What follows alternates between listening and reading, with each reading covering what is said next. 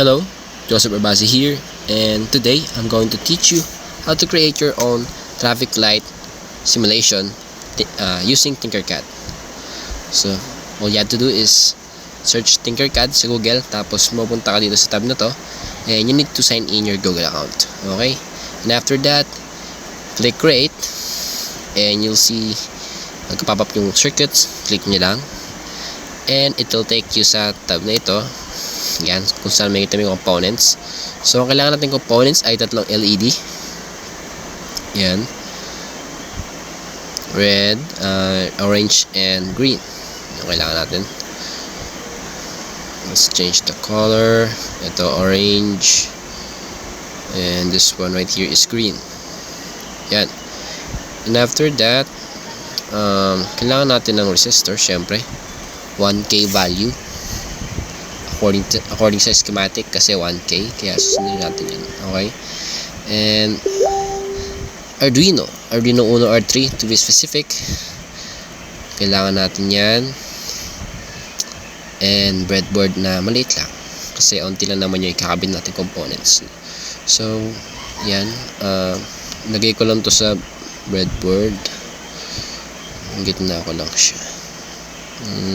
Yan, sa gitna.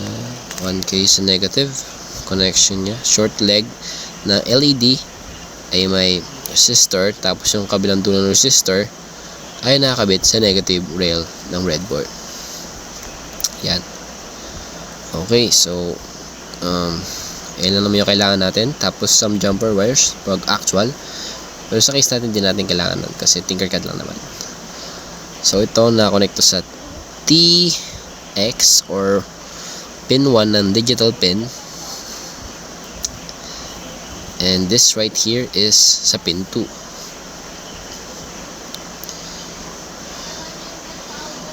Alright, so yan.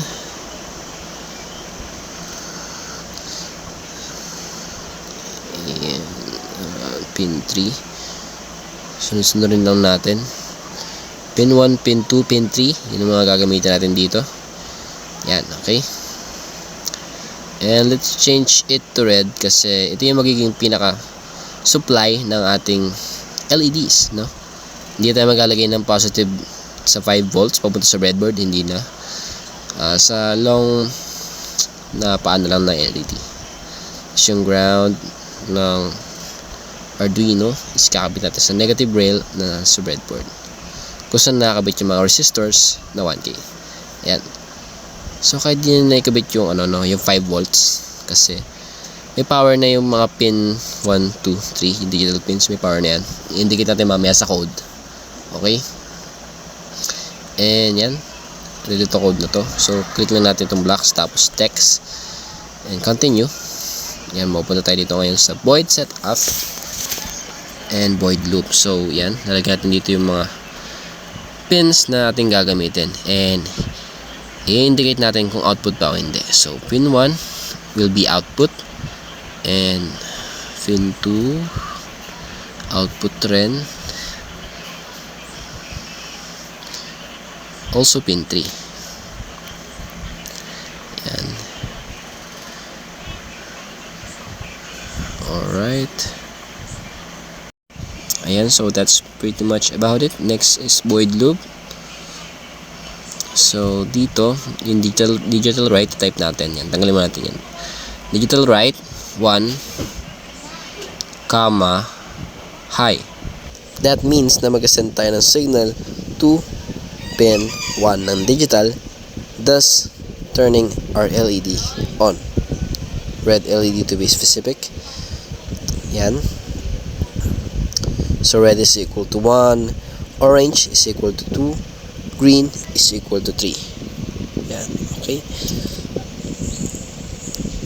And after that, lagyan natin ng 3 seconds delay.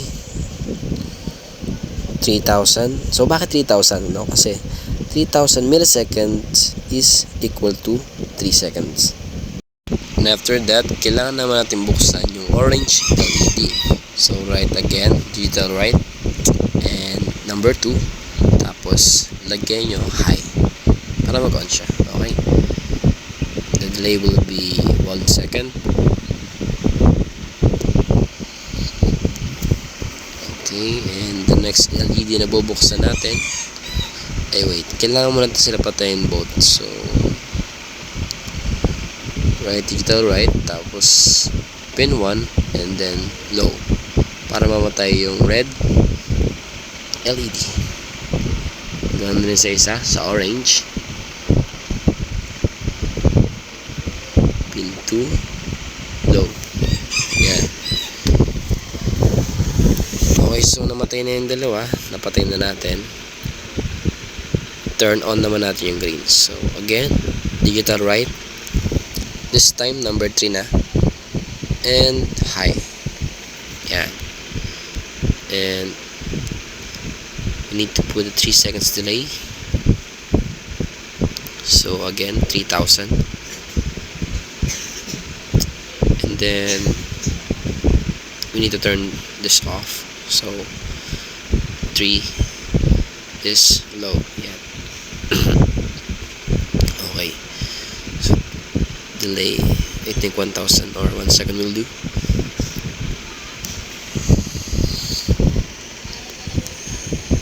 Oops, napindot. Ayan, so okay na tayo dyan. So lagyan naman natin siya ng blinking effect, no? Para mag-blinking LED na green. Digital right. Pin 3 is equal to high para mag-on siya. Tapos delay 0.5 500 millisecond. Yan, para 0.5 seconds siya. Tapos i-off ulit natin. Low. Yan. And the delay will be 500 again.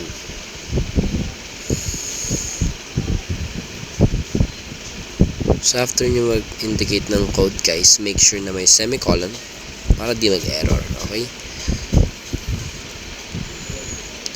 3 is high. Ayan. And again, patayin natin siya. And delay naman ang delay, 500.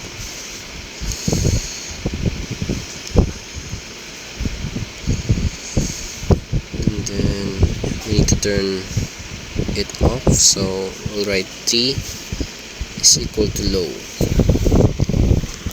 This low, yeah.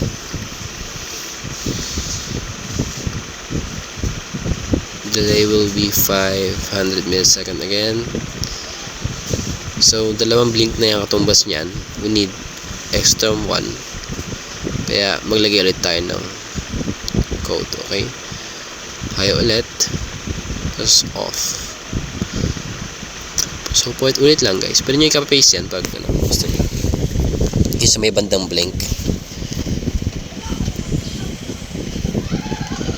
3 is low.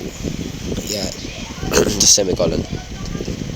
Delay this time is 1 second na kasi uulit na yung code. Mag-red na siya ulit pagtapos ng blinking.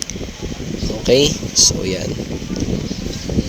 Let's test this one. Ay, ito pala.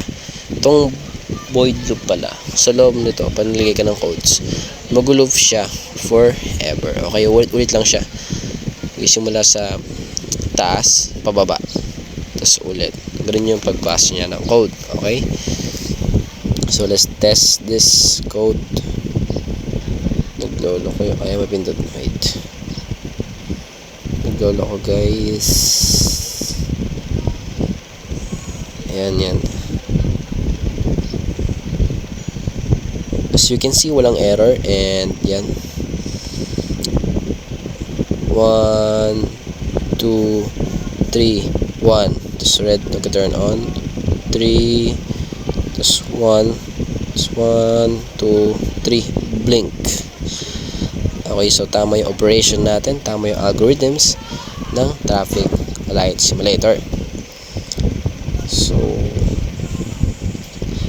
I'll try to add some text na lalabas sa serial monitor. So to add, type nyo muna yung serial.begin 9600. Okay? para lumabas sa serial monitor yung mga words na ito-type natin, i-print. Ayan, so yan. Naputol yung video guys kasi 10 minutes lang yung limit pala ng Bandicam. So yan, lagyan na natin itong serial.println stop. Right, so pag nag-blink yung red, lalabas itong word na to, stop. Yan, lagyan natin ng quote.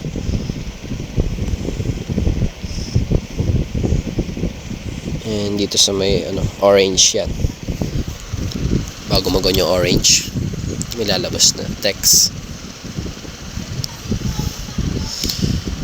So we'll put get ready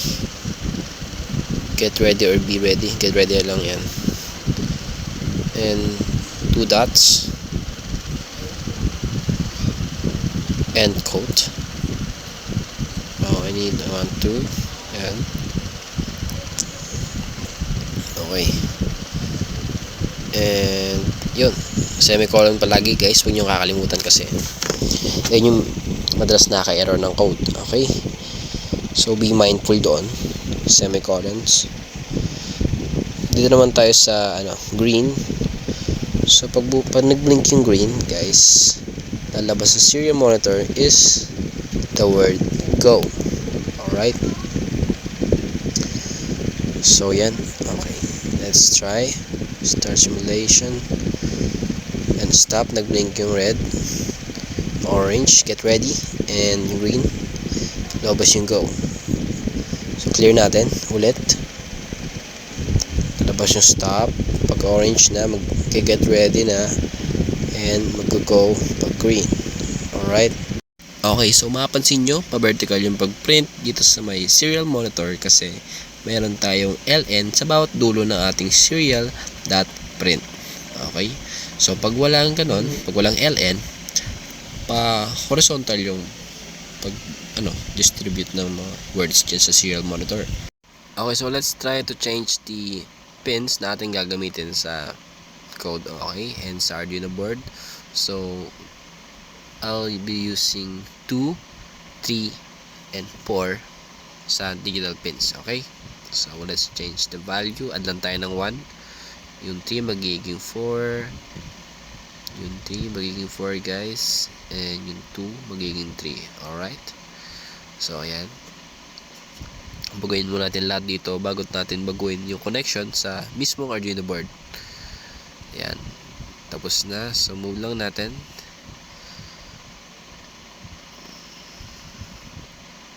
And doon sa D4. Ayan, let's try. So as you can see, it's working properly pa rin, no? Kasi iba natin yung pin na pagsasundan natin ng signals. I-indicate natin sa pin mode. Ang gagamitin natin ay pin 2, 3, and 4 ng digital pins. Okay, so bago kayo magkapalit ng mga connections sa mismong actual board or sa actual board, make sure na i-edit nyo muna sa code or indicate nyo muna sa codes kung ano yung gagamitin nyo. Alright, so that's pretty much about it, and see you in the next one guys. Peace out.